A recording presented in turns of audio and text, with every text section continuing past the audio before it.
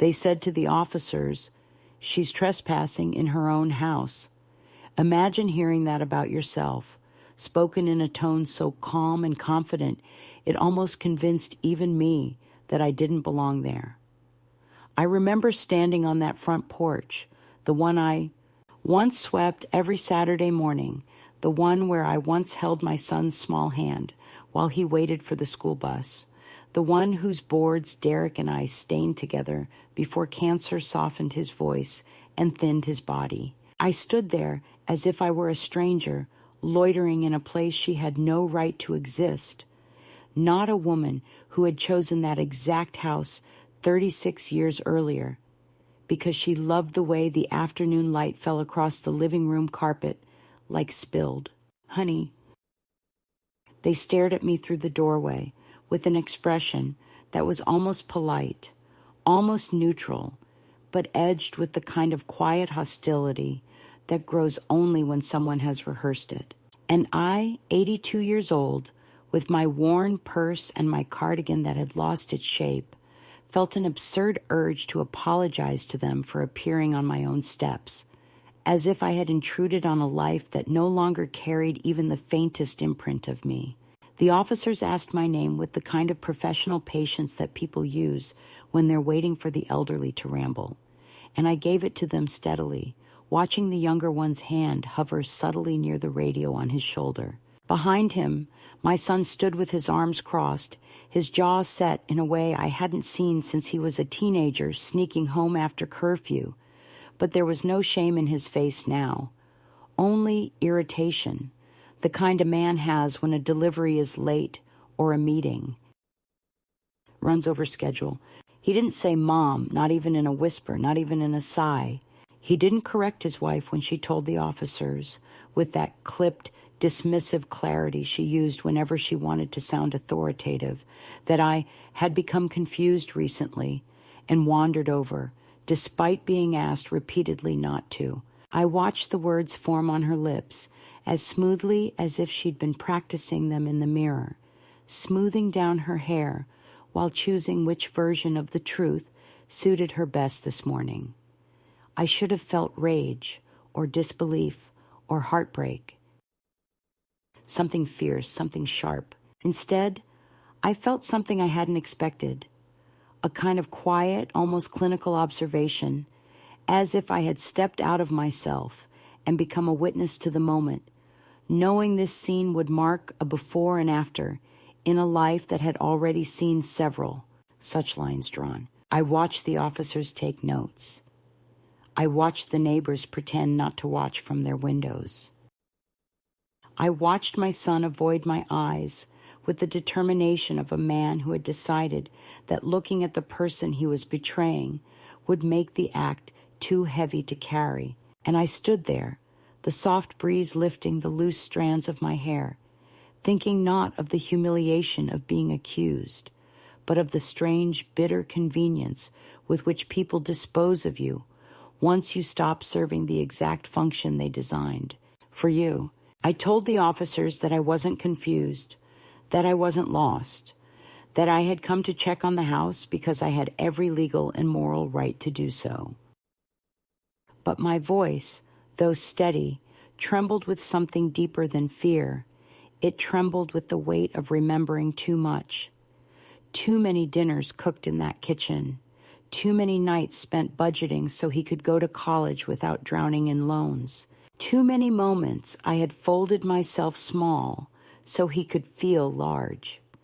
And now, here I was, folded into something smaller still, like a note someone crumpled and tossed aside without bothering to read. The younger officer asked whether I had identification, and I handed it to him with palms that remained surprisingly dry. I noticed how he glanced at my daughter-in-law for confirmation, as if her nod weighed more than my entire life printed on that small plastic rectangle. She gave him that tight, superior little smile of hers, the one she had worn even on the day I first met her, not because she disliked me then, but because she disliked the idea of any woman who had shaped the man she wanted to control. I realized in that moment that the hostility had not grown suddenly, it had only ripened. Behind her, just over her shoulder, I saw the spot in the hallway where the photograph of my son at age 6 used to hang, the one where he held up a crooked clay bowl he had made for Mother's Day. The frame had once been bright blue. Now there was no frame at all, no picture, no trace he had ever been a child whose fingers once clung to my coat as though letting go would end the world. I wondered when they had removed it. I wondered if he had watched her take it down, or if he had been the one to lift it off the nail himself, placing it gently or carelessly into a storage box labeled miscellaneous. I told the officers again that the house was mine, but my voice sounded distant, like it was traveling from the far end of a tunnel. The younger one asked me to step back from the doorway, and when I did, something in me stepped back further, retreating into the quiet inner room where my real self had begun to gather strength long before this morning, strength built from years of lifting more than my share of burdens. I looked at my son then, directly, hoping for a flicker of the boy he once was. But he didn't flinch. His eyes were as smooth and flat as the polished floors I had helped pay for, floors he now walked on as if entitled to every glossy inch. The older officer asked whether there had been previous disputes, and my daughter-in-law answered before I could even part my lips, describing me as unpredictable and intrusive, words chosen not for accuracy, but for their effect, like darts, tossed expertly toward the center of a target. She spoke with a level calm that suggested she had been waiting for this opportunity, rehearsing not only the lines, but the tone, the pace, the appropriate tilt of concern in her brow. And I realized I had rehearsed nothing. I had come to the house simply because I believed I still belonged there in some small, sacred way, because I believed motherhood carried an unspoken permanence that could not be rewritten by anyone, not even by a woman who now stood where I once stood. I had thought my presence would be enough, but presence without permission becomes trespass in the eyes of those who have already erased you from the narrative they prefer. So I stepped back, and further back, pressing myself against the railing of the porch, feeling the old wood against my spine, the memories in every groove. And I thought, with a clarity that startled me, maybe the true trespassing had begun years earlier, when I allowed them to take root in this house under the banner of temporary need, never imagining how easily temporary becomes permanent when gratitude fades and entitlement blossoms. I straightened, breathed, and said nothing more, because the moment had shifted. The humiliation was no longer mine. The truth, though still buried under their performance, was beginning to breathe, and I felt it stir like a tide turning. I didn't know yet what it would wash away, but I knew, with quiet certainty, that this was the last time I would stand at that door as someone they believed they could push aside. Something in me, something aged and patient and iron-spined, rose and settled into place, and I understood. I had not come here to beg for entrance. I had come here to witness the moment they revealed who they truly were. And that revelation, as painful as it was, would become the first step toward the life I had not yet imagined, a life where I no longer mistook proximity for love, or obligation for belonging, or silence for peace. I remember the exact moment the truth unclenched its jaws and showed itself, not with a dramatic shout or some shattering confrontation, but with a simple sentence spoken by the older officer after he stepped back inside the house to review my daughter-in-law's claims. It was a soft, almost apologetic line, the kind a man uses when he knows he's about to shift the ground beneath everyone's feet. "Ma'am, the resident says you don't live here and have never lived here." Those words, so absurd in their brazenness, hovered in the air like smoke from a match struck too close to dry paper, and I felt something sharp and electric run down my spine. Never lived here. Not lived here recently. Not lived here anymore. But never. As if 36 years of mortgage payments, repairs, repainting, holidays, grief, birthdays, and the slow erosion of a marriage under the weight of illness had all been erased with a flick of her tongue. It struck me then that the cruelty of erasure is not in the act itself, but in the utter ease with which it can be performed when someone else assumes you are too old, too alone, or too tired to contradict them. My son didn't correct her. I watched him lean his shoulder against the doorframe, his expression bored, his thumb scrolling lazily across his phone, as though this entire performance were nothing more than a tedious administrative matter, something he wished would resolve itself so he could return to the curated life they had constructed without me. There was no hesitation, no flicker of uncertainty, no trace of the boy who once cried when he couldn't find me in a grocery store aisle. He simply let the lie settle, and that, far more than the accusation itself, was the moment the fracture line appeared. The officer stepped back outside. With that professional neutrality police are trained to wear like a second uniform, and I realized, as he approached me, that he was struggling internally, trying to determine whether I was the confused elderly relative they had been warned about or someone altogether different, someone they hadn't been expecting. His hesitation was the opening, the sliver of air between the narrative my daughter-in-law had constructed and the truth I carried in my bag. When he asked whether I had proof of any connection to the property, I felt a strange, almost surreal calm move through me, the kind of clarity I imagine surgeons feel when the chaos of the operating room resolves into pure focus. I reached into my purse, my fingers brushing past the soft lining worn down by years of carrying grocery lists, bus schedules, and photographs of a life that had not been perfect, but had been real. At the very bottom, folded with deliberate precision, was the deed, the original document with my name in ink that had already faded slightly along the edges from time and touch. I handed it to the officer with a steadiness I didn't entirely recognize as my own, watching his eyes drop to the page and narrow almost imperceptibly. He read it once, then again, lifting his head slowly, as though recalibrating everything he had been told since arriving. Behind him, I saw my daughter-in-law's posture stiffen, her hand tightening around the edge of the door. She knew, before he even spoke, that the story she had curated so confidently was beginning to unravel, thread by careful thread.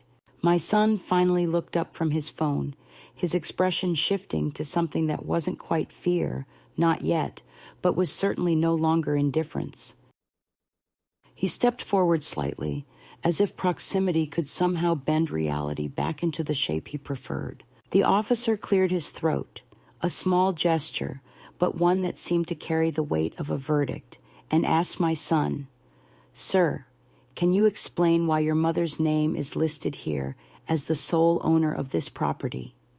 There was a long, thin moment in which none of us breathed. The air grew heavy, not with accusation, but with the unmistakable scent of truth, finally reopening a door someone else had tried to nail shut. My daughter-in-law began speaking quickly, her words tumbling over each other in an attempt to regain control. Something about refinancing, about temporary arrangements, about misunderstandings, about my old paperwork not reflecting recent plans. She said plans as if they were facts, and facts as if they were inconveniences, and inconveniences as if they were threats. My son, who had always been good at letting others do the messy talking for him, simply nodded along, adding only a few clipped phrases, trying to sound authoritative, but wavering just enough to expose the thin cracks in the performance. The officer did not respond immediately. He held the deed carefully, as one would hold a fragile artifact that had survived a war, and took a long breath before asking if we could step inside to discuss the matter further. My daughter-in-law objected, insisting that allowing me in would confuse the children, though the children were nowhere in sight and had probably been instructed to stay in their rooms until the scene resolved. I watched the younger officer shift his weight, glancing toward his partner for direction, and then something remarkable happened.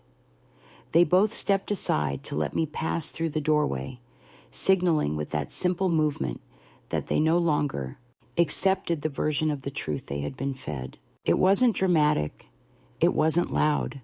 It was the kind of small, decisive gesture that changes the temperature of a room. Inside, everything looked both familiar and alien, as though someone had broken into my memory and rearranged the furniture. The walls had been painted a shade of white, so sterile it hurt the eyes. The photographs of my son as a child had been removed, and even the scent of the place was wrong, replaced by some synthetic fragrance that smelled like fresh linen but carried none of the warmth. I stood in the center of the living room, the same spot where Derek had once assembled a wobbly bookshelf and where my son had taken his first steps, and I felt the strange sensation of existing in a space that remembered me, even if the people inside. It pretended not to. The officers questioned them. The officers questioned me. The officers compared the dates on the documents, the signatures, the tax records. And with every answer my son gave, his voice grew more defensive, more brittle, more revealing of the quiet rot that had been spreading in the dark corners of his conscience. When the older officer asked him why he had not informed me of any supposed changes to the ownership, he opened his mouth, then closed it again, as if the truth had suddenly become too heavy to lift. My daughter-in-law jumped in, trying to rescue him with a flurry of explanations that only made the lies more conspicuous. And then, the moment that would change everything arrived with the simplicity of a stone dropped into still water. The officer said, "Sir, it appears you intentionally misled us." The room went very still. My son's face drained of color, and for the first time that morning, he looked at me, not with love, not with remorse, but with something like astonished resentment, as though I were the one who had orchestrated this downfall rather than simply revealed it by standing firm. He began to argue, his voice rising, his words tangled with accusation and panic. And as he did, I realized the catalyzing event of this day was not the lie itself, but his inability to acknowledge it. He had stepped fully into the role he had chosen, and the law, finally aware of its true shape, could no longer ignore it. That was the moment, quiet, irrevocable, when the world, which had been tilting steadily against me for years, began at last to tilt back. I could feel the shift long before anyone acknowledged it, a subtle tightening of the air inside the house, as if the walls themselves were straining against the weight of what had just been revealed. The officers were still speaking in calm, measured tones, doing everything by protocol, asking questions that sounded neutral, but carried with them the quiet gravity of consequences gathering at the edges of the room. Yet the true escalation, the one that would sharpen everything, didn't come from them. It came from the way my son's shoulders stiffened, the way his gaze darted around the living room, as if searching for a version of events he could still hide behind, the way my daughter-in-law's voice thinned into a brittle, quivering string of explanations about clerical confusion, misunderstood intentions, and temporary arrangements that somehow lasted nearly 3 years.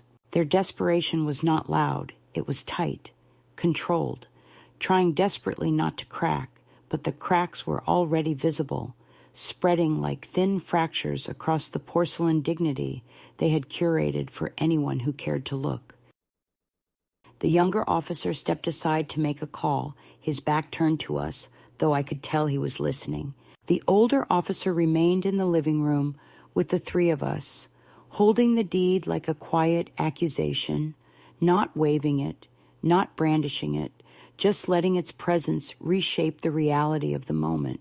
My son began talking quickly, too quickly, as though speed could compensate for the lack of coherence. He spoke about refinancing, about intentions to add his name later, about conversations he insisted we had, but which had never happened outside his imagination.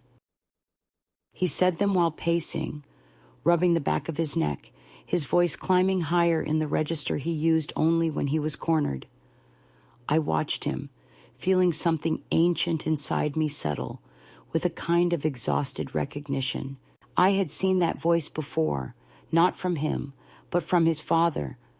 The tone men use when they have been caught but want the world to believe they are merely misunderstood. My daughter-in-law hovered near the staircase, her hand gripping the banister, as if the house itself might collapse if she didn't hold it upright. She didn't interrupt him at first, which surprised me. She usually took control of every narrative the moment she felt it slipping. But now she seemed to be gauging the officers, watching how their eyes moved, how their questions sharpened slightly when my son contradicted himself for the third time. When she finally spoke, her voice was lower than usual, controlled but trembling at the edges. She said that they had been under incredible stress, that the children had been sick, that their finances had been stretched thin, that they were planning, always planning, to settle everything properly once things calmed down. It was a word she loved to use, planning.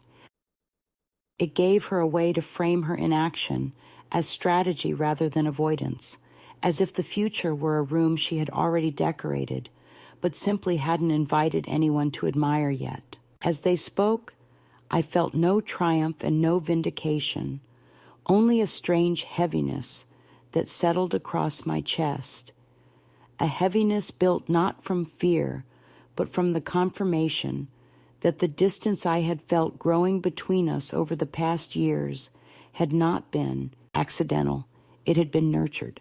Every missed phone call, every canceled visit, every shifting of my belongings from room to room, every half-hearted justification about schedules and sleep training and renovations, it had all been part of a long, deliberate quieting of my presence. And now that the truth stood in the middle of their carefully curated living room, they reacted not with remorse, but with the fury of people whose illusions had been disturbed. The older officer asked my son to sit, and though his tone remained courteous, there was an undercurrent in it that made compliance the only viable option. I watched my son lower himself onto the edge of the sofa, his leg bouncing uncontrollably, his hands clasped too tightly.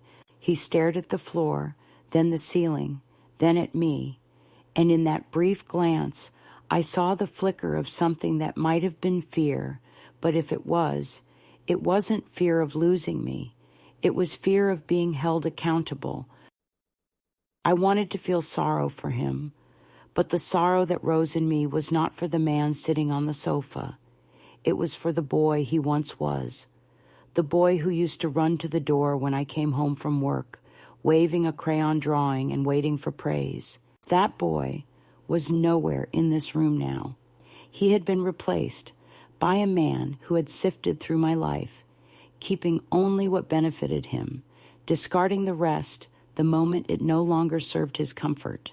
The officer asked where my belongings were stored, and the answer came not from my son, but from the involuntary flicker of my daughter-in-law's eyes toward the garage door. That tiny movement was enough. The officer followed the glance, asked for permission to check the space, and my daughter-in-law granted it with a stiff nod, already bracing for what he would find. When he opened the garage, I saw his silhouette pause, then shift slightly, as though adjusting to the sight before him. I moved closer, following his line of sight, And there they were.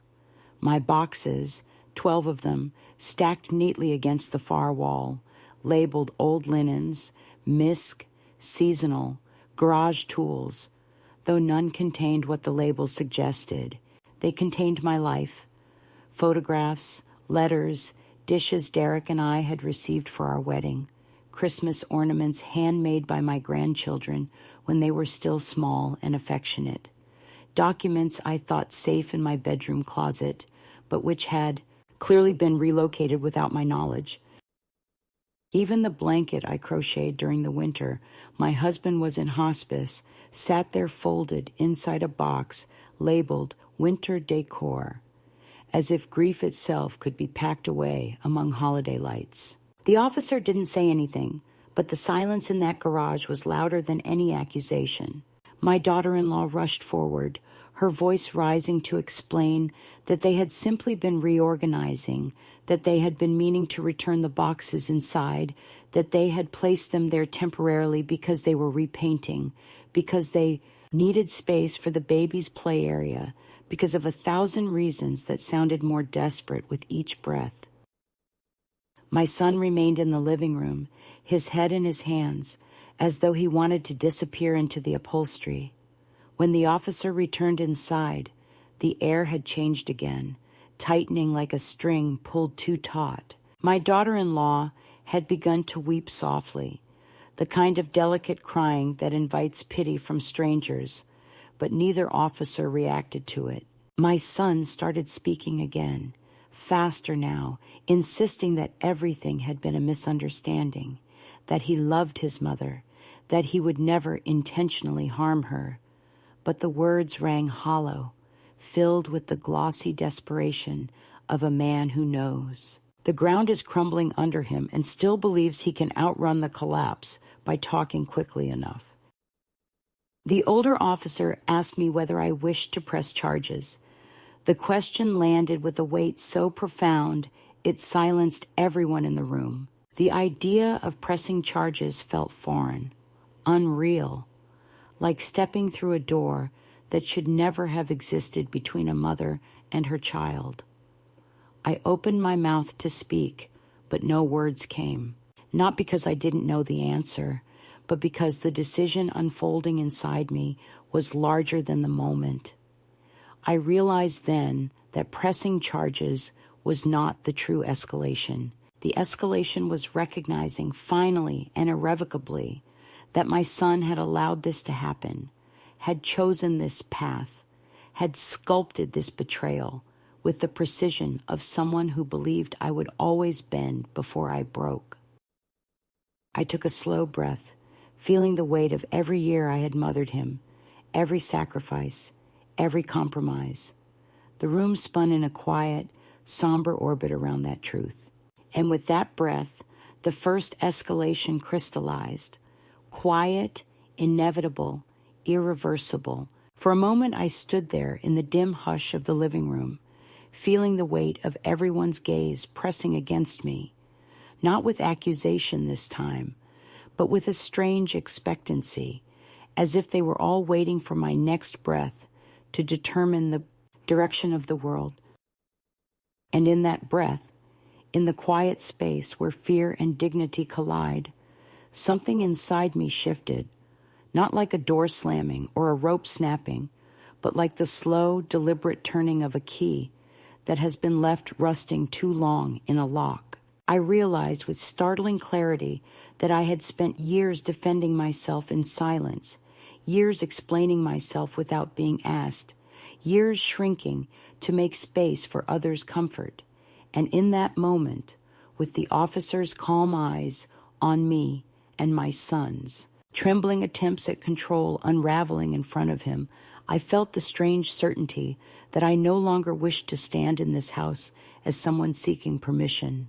I wanted suddenly and with quiet force to step into myself again, to act not as a mother trying to salvage the last threads of a bond frayed beyond recognition, but as a woman reclaiming what had been taken from her piece by piece under the gentle disguise of family. The air in the house had grown heavy, thick with the scent of cold perfume and unearthed truth.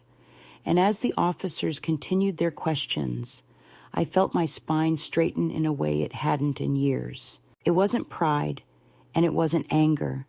It was something older, something that had survived grief and exhaustion, something that had waited patiently beneath my ribs for the exact moment when it would be needed.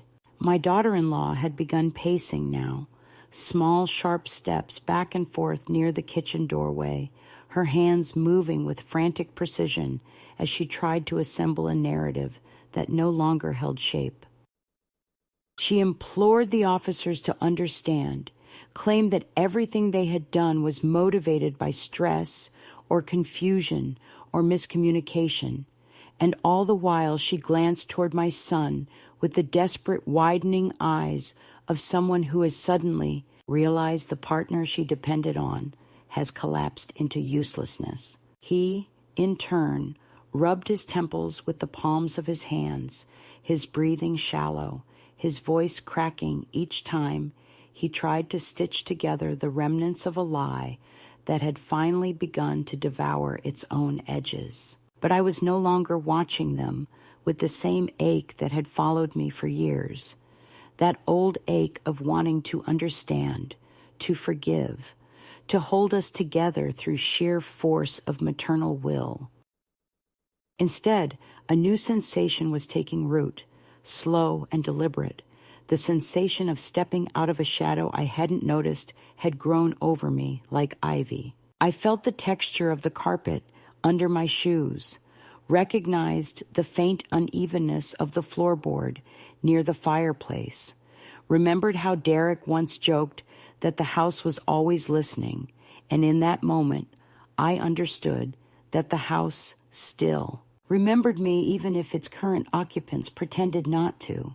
And as that realization settled into my bones, I knew I needed to move, not outward, not in retreat, but forward, toward the truth, toward action, toward the kind of clarity that doesn't require anger to make itself known.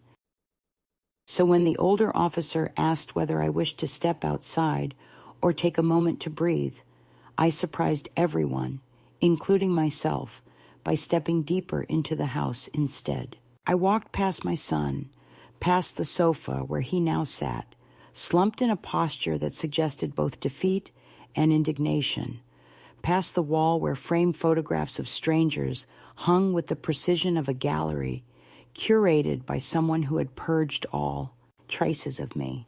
I moved toward the hallway, the same hallway where I once taped my grandson's drawings during summer visits that grew shorter and less frequent before disappearing altogether. The officers didn't stop me. My son didn't dare to. My daughter-in-law called my name, her voice high and tremulous, but I kept walking, the rhythm of my steps steady, as though following a memory only my feet could recognize. I paused by the doorway to what had once been my bedroom, the room where I had slept beside my husband through his last winter, the room where I had stacked boxes after he died because I couldn't bear to throw anything away. Now it was a pristine guest room, spotless, cold, uninhabited, the kind of room people design not for living but for display.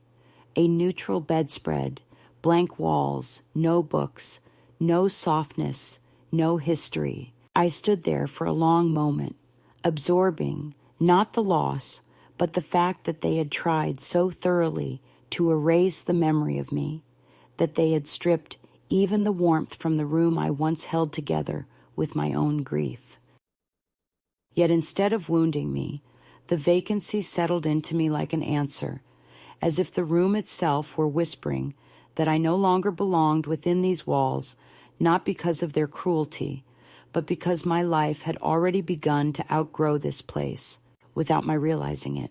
I felt the officers behind me, respectful but not intrusive, and I turned to them with a steadiness I had not felt since the years before my husband fell ill. I told them clearly, without hesitation, that I needed to access certain documents, that I needed to understand the full extent of what had been done in my absence, and that I needed to take the next steps myself, not as a victim, not as a confused elder, but as the rightful owner of the house whose generosity had been twisted into something unrecognizable. The words came not as anger, but as truth, shaped by a lifetime of endurance. My son started to protest, but the officer raised a quiet hand, not to silence him, but to acknowledge that his voice no longer held authority here. I walked back into the living room, feeling the weight of the moment shift around me. My son watched me with a mixture of disbelief and something close to fear, but not fear of me, fear of what my clarity meant for him. My daughter-in-law stood rigid, her eyes flickering toward the front door, as though she were weighing the possibility of escaping this scene altogether. But I no longer felt trapped by them, or tethered to their expectations, or obligated to soothe their anxieties. Instead, I felt a strange lightness, a quiet kind of power, the kind that settles into a woman late in life when she realizes that she has nothing left to lose except the remnants of her own silence. It dawned on me then that the true shift, the irreversible turning point, wasn't the police discovering the deed or the lies unraveling in front of them. It was me choosing, gently, decisively, to stop begging for recognition. It was me understanding that whatever bond I had hoped to maintain had long since withered, and that the only path forward required letting go of the illusion that anything here could be repaired. I felt the first breath of that realization expand inside my chest, steady and new, as if I were inhaling after holding my breath for years. I told the officers, in a voice that felt like my own, for the first time in a very long time, that I was prepared to proceed however was necessary, that I no longer feared the consequences of truth spoken plainly, and that I would be taking steps to protect myself from this point forward. My son's mouth fell open slightly, as if he had forgotten that I was capable of acting, of deciding, of reclaiming something he had assumed I had relinquished. And in that stunned silence, I understood that this moment, this quiet, steady declaration, marked the beginning of my return to myself. I stepped toward the front door, not to leave in defeat, but to stand where the morning light warmed the floor, feeling the sun on my back as if the world were acknowledging my choice. And in that warmth, in that slender beam of light cutting through the tension of the room, I felt the midpoint of my life's long sorrow turn, not into joy, not yet, but into direction, a direction that no longer curved toward them, but toward me. I had barely taken 2 steps toward the door when the atmosphere inside the house thickened again, not with the earlier hush of quiet realization, but with something sharper and more frantic, as though the truth that had been simmering beneath the surface all morning finally found the heat it needed to boil over. My son rose from the sofa too quickly, knocking his knee against the coffee table and letting out a small, startled curse that revealed just how unsteady he had become. His face had shifted into a strained, almost wild expression, the kind that comes when a person senses they are losing control piece by piece and begins clawing at whatever remains, hoping to regain their grip on a narrative unraveling faster than they can spin new threads.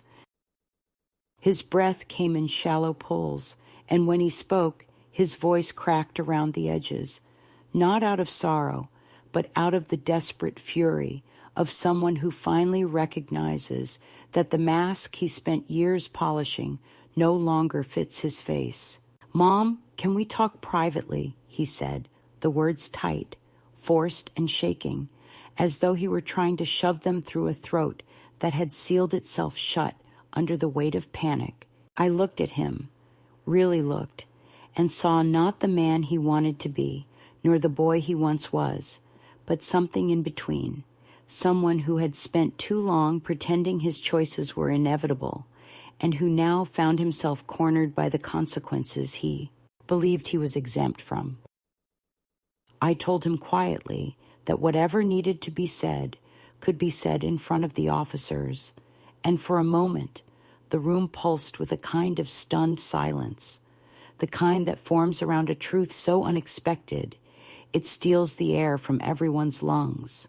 He took a step toward me, then another, his jaw working as though he were chewing back words he feared might betray him. He began speaking rapidly, insisting that everything had been done for the good of the family, that the pressure of work, the cost of childcare, the strain of maintaining the house, and the weight of expectations had pushed him into decisions he didn't fully think through.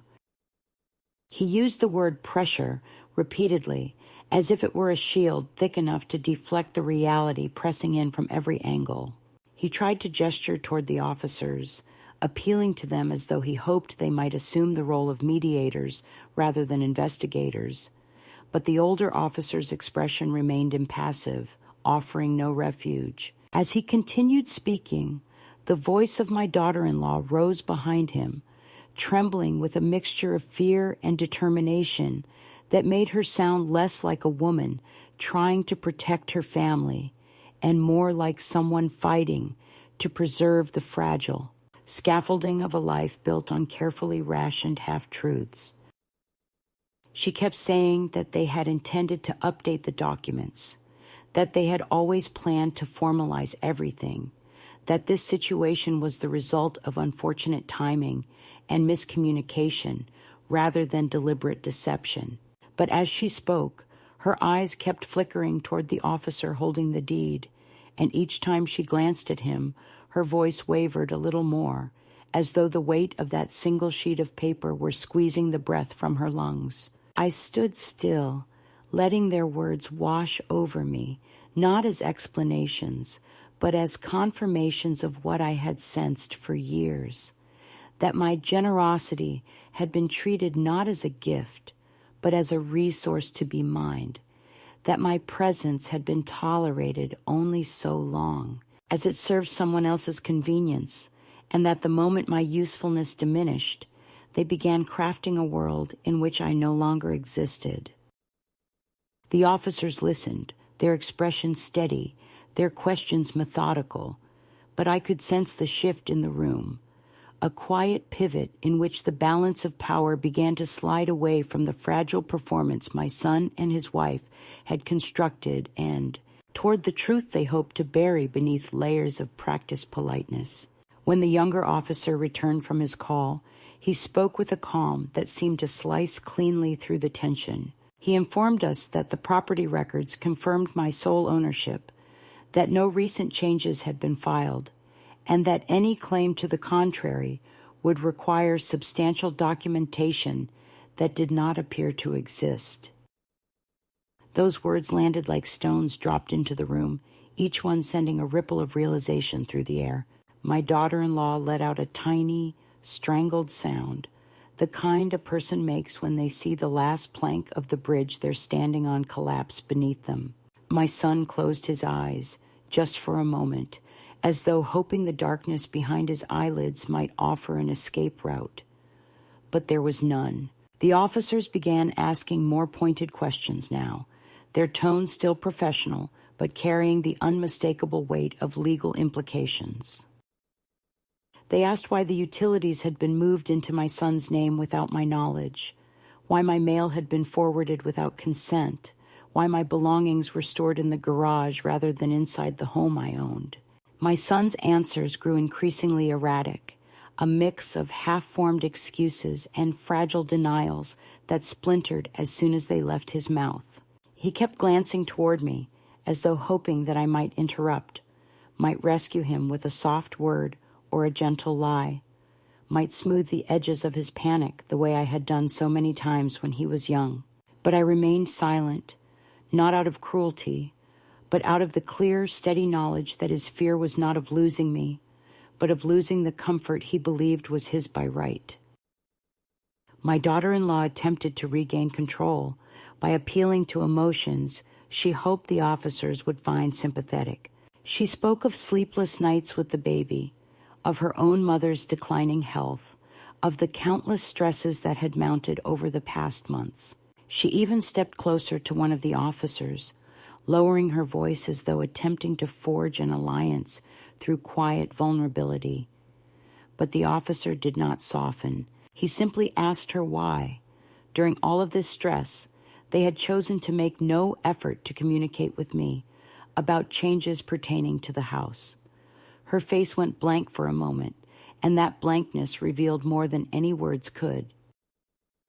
It was then that the second escalation began, not with shouting, not with threats, but with a sudden and startling moment of clarity inside me, a realization so profound that it seemed to reverberate through the very bones of the house. I understood that I had spent so long hoping my son would one day return to the version of himself. I remembered that I had failed to see the version he had become. And once that truth settled into place, I felt a calmness replace the ache, a calmness that made every sound in the room sharper, every gesture more visible, every lie more transparent. I stepped forward, not aggressively, not dramatically, but with the steady resolve of someone who has finally chosen herself after decades of choosing everyone else. I told the officers that I wished to see every document, every bill, every communication related to the house since I had allowed my son and his family to move in. My son began protesting, his voice rising sharply, but the older officer held up a hand, his gesture crisp and authoritative, and instructed him to remain seated. My daughter-in-law tried to interject, insisting that I was overreacting, that we could resolve everything privately, that involving outsiders would only make things worse. But the officers reminded her that they were already involved and that the situation required clarity, not concealment. The younger officer retrieved a folder from the kitchen desk drawer, a folder I had never seen before, filled with bills, forms, renewal notices, and statements. He opened it on the coffee table, and the three of us watched as he leafed through pages of documents that bore my address but someone else's decisions. As he examined them, I caught glimpses of my son's handwriting, rushed and uneven, on forms he should never have completed without me. My daughter-in-law's signature appeared on others, a smooth, elegant curve that seemed to take pleasure in its own presence. Each page turned was a revelation, a small betrayal made visible. The officers began to question them again, more pointedly now.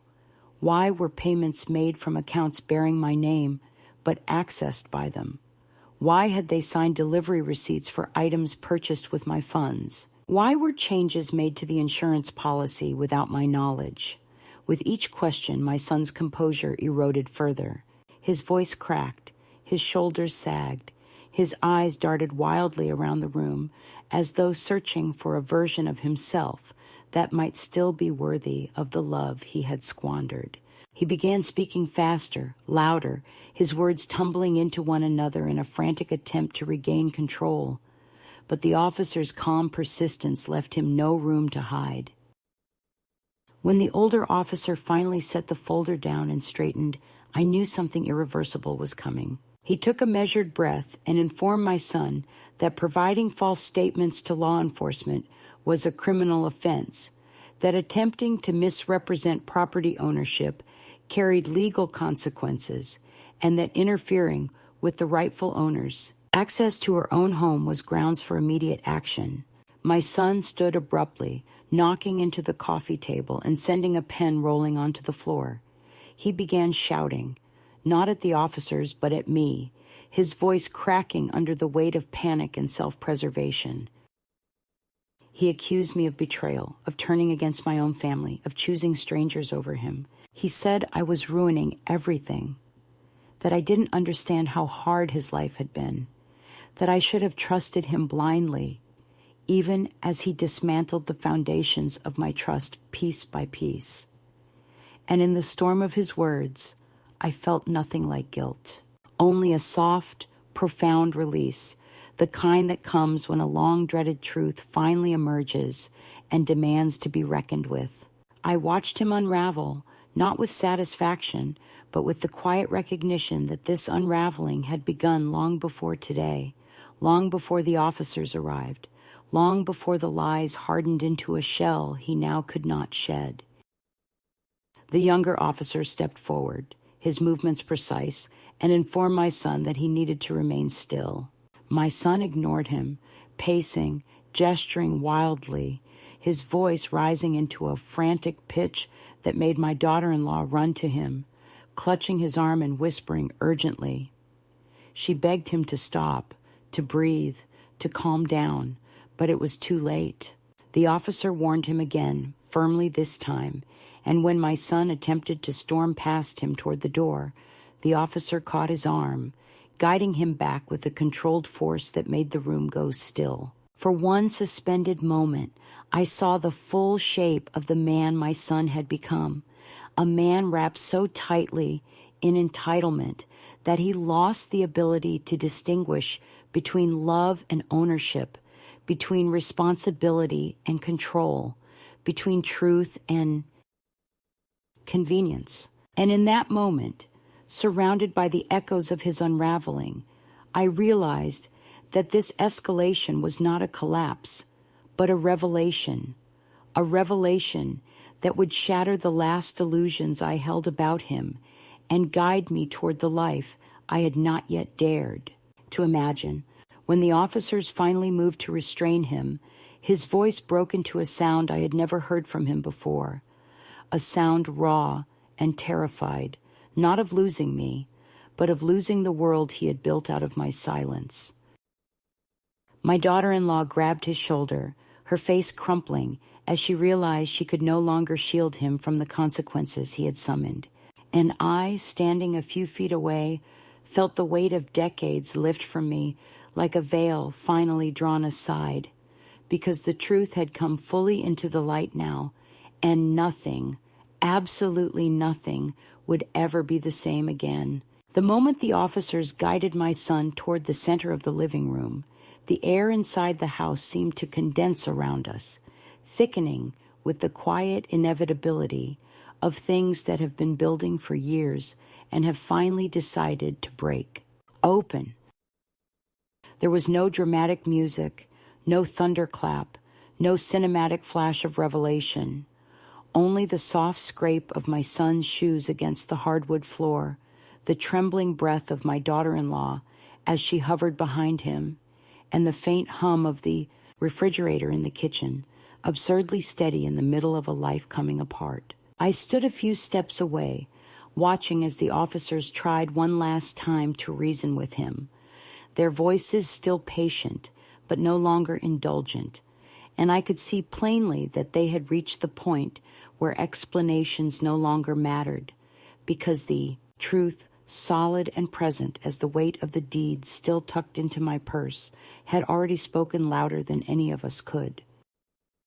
My son insisted again that this was all a misunderstanding, that they were overreacting, that I was confused or emotional or misremembering, and the desperation in his voice had shifted into something sharper, something tinged with rage that he was no longer able to conceal. His words tangled over one another, frantic and jagged, and he looked at me with an expression I could not quite recognize, a mixture of betrayal and accusation that suggested he believed I had orchestrated this moment rather than simply refused, for the first time in years, to surrender to his version of reality. When the older officer asked him directly whether he had knowingly provided false statements, my son's face contorted in a way that momentarily transported me back to his childhood, to the days when he would deny knocking over a vase or breaking a window, even as the evidence lay in plain view. But this was not a child's lie whispered through trembling lips. This was a grown man clinging to the last shards of a story he had built around himself like armor, a story that was now cracking under the pressure of the truth. His refusal to answer forced the officer to repeat the question, And this time, my son's reaction erupted from him like a spark meeting dry tinder. He turned toward me, his voice cracking into a strangled shout, demanding to know why I had done this, how I could stand there and say nothing, how I could choose strangers over my own blood. He spoke as if the officers were intruders we needed to unite against, rather than witnesses holding a mirror up to him, and with each accusation, the distance between us grew wider, stretching into a deep and irreversible chasm that no amount of explanation could bridge. I watched him struggle to rewrite the moment, even as it unfolded, to sway the officers with pleading gestures and frantic justifications. But the more he fought, the more clearly the truth settled into the room, like dust illuminated in a beam of afternoon light. When he finally tried to pull away from the officers, insisting that he needed to speak to his mother alone, the younger officer stepped in front of him with calm authority, placing a hand lightly but firmly on his arm. My son jerked in response, not violently, not aggressively, but with a kind of panicked, instinctive recoil that sealed his fate. The officers acted not out of anger, but out of procedure, moving in synchrony, their voices firm, but not unkind, instructing him to remain still. He didn't listen. He couldn't. He lunged toward me, not to strike, not to threaten, but with the misguided urgency of a drowning man reaching for something to pull under with him. And in that moment, as the officers intercepted him and guided his wrists behind his back with a precision that left no room for struggle, a silence fell across the house so complete it felt like the world itself was holding its breath. My daughter-in-law gasped, her hand flying to her mouth, and for a moment she looked so small and so lost that I almost felt the old impulse to comfort her, but I didn't move. I couldn't. The sight of my son standing there with his head bowed, his shoulders trembling, his wrists restrained not in violence, but in consequence, was a sight that felt both impossible and inevitable. It was the culmination of years of quiet erosion, the erosion of trust, of gratitude, of decency, of the fragile threads that hold a family together when love is no longer enough to sustain it. He looked up at me then, not with the fury he had hurled at me moments earlier, but with a gaze stripped of pretense, raw and bewildered, as if he were seeing me for the first time, not as the mother who would always forgive him, but as the woman he had wronged. There was something unbearably human in that look, something that made my chest ache, not with regret, but with a sorrow so deep it felt ancient. He whispered, "Mom," the way he used to when he was afraid of thunderstorms, and for a fraction of a second, something inside me wavered, but the moment passed as quickly as it came, because I understood now, truly understood, that compassion did not require surrender, and love did not require sacrificing myself on the altar of his choices. The officer spoke to him with measured clarity, explaining the charges he might face, the process that would follow, the rights he still had. My daughter-in-law tried to interrupt, tried to throw herself between him and the truth, insisting that they were good people, that they didn't deserve this, that I was making a mistake. Her voice rose into a sharp, frantic pitch that made the younger officer's expression tighten, but I stepped forward before he could respond. I told her, calmly and without anger, that this was not my doing. It was theirs. It had been theirs long before today, long before the officers arrived, long before the lies hardened and suffocated the truth. She stared at me with wide, trembling eyes, the realization dawning slowly, painfully, that the world she had built on my son's willingness to bend the truth had finally cracked open.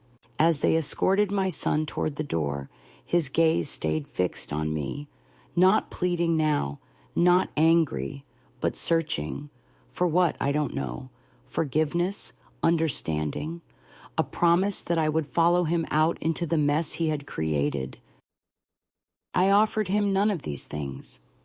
What I offered instead was a steady, unbroken silence, the kind that signals not abandonment, but boundary. He stepped outside, the officers guiding him gently down the porch steps I had swept for decades, and as the door closed behind them, a strange stillness settled into the house, a stillness that felt both hollow and liberating. My daughter-in-law stood in the center of the living room, her hands hanging uselessly at her sides, her breath coming in shallow, uneven bursts. She looked around the house as though seeing it for the first time, not as a fortress she had conquered, but as a structure built on borrowed foundation, a place that had never belonged to her, no matter how fervently she had tried to claim it. She whispered that she hadn't meant for things to go this far, that she thought they could manage it, that she believed they were entitled to the comfort they had taken. Her voice shook with genuine fear, but I felt no urge to soothe her. Instead, I told her quietly that rebuilding her life would require truth, not entitlement, and that whatever happened next would depend not on me, but on the choices she and my son had made long before the police ever stepped onto the porch. When I finally stepped out of the house, the afternoon sun cast a warm golden light across the yard, and for the first time in years, I felt its heat settle against my shoulders without the weight of guilt or obligation. My son stood by the police car, his head low, his expression unreadable, and though a part of me wanted to reach out to bridge that impossible distance, I remained where I was. The officers closed the door gently, not with force, not with cruelty, but with the solemn respect of people who understand the gravity of the moment. As the car pulled away, leaving a trail of dust and silence behind it, I felt the deepest, most transformative truth of all settle into me like a final breath. This was not the end of something, but the beginning, the moment I reclaimed not just my house but myself. When the police car finally disappeared down the street and the last echoes of the engine dissolved into the quiet afternoon, I stood alone on the porch for a long, unmeasured moment, letting the sunlight warm the back of my neck as though the day itself were insisting that I feel something other than the hollow ache that pulsed through my chest. The yard, once filled with the laughter of children and the scent of freshly cut grass, stretched out in front of me like a field of memories I no longer needed to tend. I could feel the faint breeze moving across my skin, a soft reminder that the world continued forward regardless of who stayed or left. And for the first time in many years, I allowed myself to simply breathe without the heaviness of someone else's expectations settling against my ribs.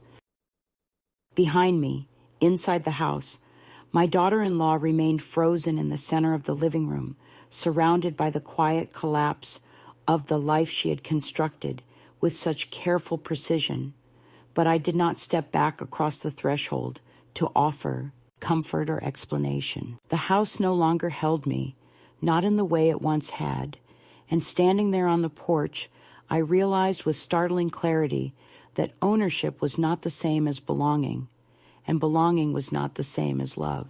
I walked down the steps slowly, my hand gliding along the railing that had weathered decades of storms and summers, and when my feet touched the walkway, I felt a strange, welcome lightness settle over me. I thought of Derek, of the way he used to look at me on quiet evenings when the house was still ours, and I wondered what he would say if he could see me now, standing tall, not in defiance, but in acceptance. I imagined he would place a gentle hand on my shoulder and tell me that letting go of what hurts is not the same as giving up, that strength sometimes looks like walking away with your dignity intact rather than clinging to something that stopped. Loving you back long ago. As I made my way toward the street, I could still hear the faint rustle of leaves in the yard, the soft murmur of wind against the siding, and each sound felt like a small blessing, like the world whispering that it was time for me to live the years. I had left without the burden of being misunderstood or unappreciated. The officers had offered to drive me wherever I needed to go, but I declined with a smile that felt fragile and real, telling them that I preferred to walk. There was something healing in the idea of putting distance between myself and the house, step by step, feeling the pavement beneath my feet, reclaiming the rhythm of my own movement after years of standing still. The street was quiet, the kind of quiet that hums beneath the surface rather than lingering on top. And as I walked, I let the events of the morning settle into a shape I could carry. I did not cry, not because I had no tears left, but because the time for tears had passed. What I felt instead was a profound steadiness, a gentle certainty that I had crossed a threshold inside myself that could never be uncrossed. When I reached the small rental apartment overlooking the river, the one I had chosen for its simplicity and the comfort of water moving endlessly forward, I unlocked the door and stepped inside, greeted by the familiar scent of chamomile tea and old books. The space was small, but it was mine. My chair by the window, my blanket folded over the armrest, my photographs arranged with quiet reverence rather than hidden in mislabeled boxes. I put the keys on the table, filled the kettle, and stood by the window as the water warmed, watching the slow drift of the river below, its surface shimmering in the late afternoon light. There was something reassuring about the current, steady in its motion, never rushing yet never still, a reminder that life reshapes itself, whether we are ready or not. As I sipped my tea, the warmth spreading through my hands, I allowed myself to think of my son not as the man who had shouted at me in desperation, but as the child he once was, the one who used to place his head in my lap when he was tired, trusting that the world would soften around him if I were near. I felt sorrow, yes, but not the kind that crushes or suffocates. This was a sorrow threaded with acceptance, the kind that acknowledges what was lost without demanding it return. I did not know what would happen to him next, what consequences he would face, what lessons he might learn or resist. But for the first time in years, I understood that his journey was his own, and I could no longer walk it for him, no matter how deeply I once wished to. The river continued its steady path, shimmering gold in the lowering sun, and I found myself speaking softly into the room, not to anyone in particular, but to the air itself, to the world that had watched me bend and finally unbend. I said that I was tired of shrinking, tired of apologizing, tired of offering pieces of myself to people who saw me not as a person, but as a resource. I said that I was ready to live quietly, freely, without fear of being erased, and that the years ahead, however many remained, would be devoted not to forcing reconciliation, but to cultivating peace within myself. And as I spoke, I felt a warmth spread through me that had nothing to do with the tea. Before I closed the curtains for the evening, I whispered something I hoped might reach another woman who found herself standing at a door that no longer opened for her, that it is never too late to choose yourself, never too late to reclaim your voice, never too late to walk away from a place where love has turned into expectation and expectation into entitlement. I whispered that dignity is not something others grant you, but something you remember you already possess. And when the sun finally dipped below the horizon and the river darkened into a ribbon of moving shadow, I sat in my chair, wrapped in my blanket, and felt, perhaps for the first time in decades, the quiet, steady pulse of freedom.